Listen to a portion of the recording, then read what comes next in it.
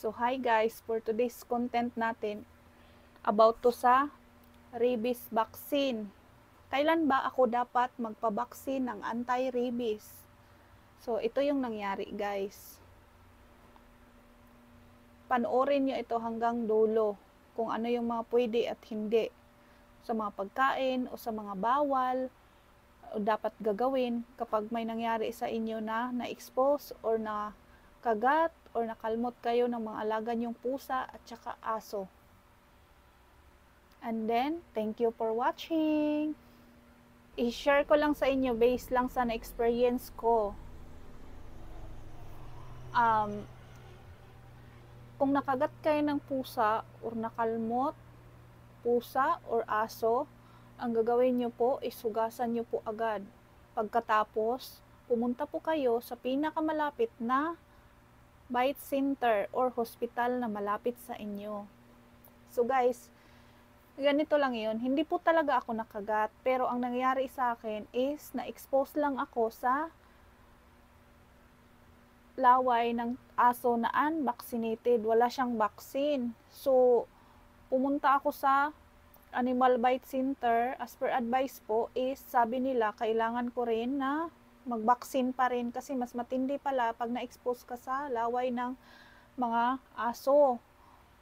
So yun, ang ginawa nila sa akin, nag-vaccine ako. Ang una nilang binak-vaccine sa akin is anti-tetanus, tsaka yung dalawang anti-rabies. Kahit hindi ako nakagat, kailangan pa rin napakiramdaman yung aso ng 14 days bago ako baksina ng ereg. Kung merong mangyari sa aso, bago mag 14 days, saka ako babaksina ng ereg. So ang nangyari, 14 days na, okay naman yung aso kasi alaga naman. So, hindi ako nabaksina ng ereg. So, naka-3 session na pala ako. Yung una, ang vaccine nila sa akin is anti-tetanus, tsaka 2 anti-rabies. Pangalawa, tsaka pangatlo ko, ang ginawa na lang nila is puro anti-rabies na lang. So, ito po yun. Yan. Yung iba, naghilom na. Tapos, meron pa akong last session. Bali, 4 po ito na session ang gagawin. Ito, yung sa, yung sa vaccine. So, ang mga bawal naman natin nakakainin is bawal tayong kumain ng malalansa sa loob ng 1 buwan. Tulad ng mga isda, mga hipon, sarap pa naman nun.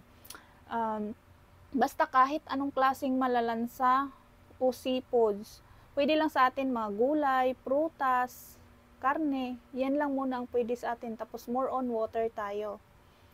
Tapos, ang binayaran ko naman doon sa Animal Bite, yung nagastos ko naman, is yung una, 850. Tapos nung pangalawa, pangatlo, puro anti-rabies na lang, tag 650 na lang ang binayaran ko kasi hindi naman ako na-injika ng irig.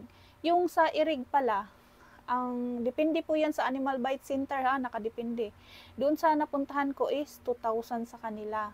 So hindi naman ako nabaksina noon, kaya medyo maliit-liit lang yung nagastos ko, pero magastos pa rin. Tsaka isa pa, mag-ingat po tayo lagi kasi napakahirap po talaga pag magpabaksin, pabalik-balik ka doon, tapos malaking gastos. Tsaka hindi naman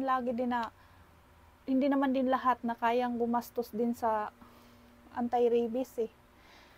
Kaya yung may mga alagang aso o pusa, lagi niyong pag-ingatan, lalo na sa mga bata. Tapos, ito lang ma-advise ko rin para sa may mga anak na may mga alaga kayong hayop na ganyan. Ingatan nyo ang mga anak nyo at lagi nyo silang kausapin na magiging open-minded sila. Magiging open sila sa inyo, magulang. Sasabihin nyo na kapag may nangyari sa kanilang ganyan, nakagat or nakalmot, or na-expose sila sa laway ng aso na walang vaccine, sabihin nila agad sa inyo para mas maaga, mas maagapan. Tapos yung mga nagtatanong din na kailangan ba talaga mag-vaccine kahit hindi ka na kagat or nakalmot. Yes po, kailangan po, lalo na po kung kayo ay na-expose sa ganun, sa laway tulad ng nangyari sa akin. So, mag-ingat lang tayo lagi kasi Sobrang ano po, laking abala talaga ang nangyari. Tapos pabalik-balik ka dun sa animal bite center. Tapos ang sakit pa ng turok. Ito pala yung turok sa akin. Yan. Yan 3 dito. Yung iba nawala na eh. Gumaling na yata. Medyo mapula pa rin siya. Basta tapos iwasan lang yung mga pagkain na bawal. At syempre yung mga may alaga po, then dapat pabaksin din natin sila para naman safe din sa mga tao. Kasi hindi naman din natin alam na minsan may makasalamuha silang ibang tao. Mas maganda kasi yan na sigurado eh. Mas okay na rin na ipabaksin natin yung mga alaga nating hayop para naman din hindi na magiging abala din sa ibang tao. At huwag nyo rin pong kalimutan na mag-subscribe sa aking YouTube channel. Salamat!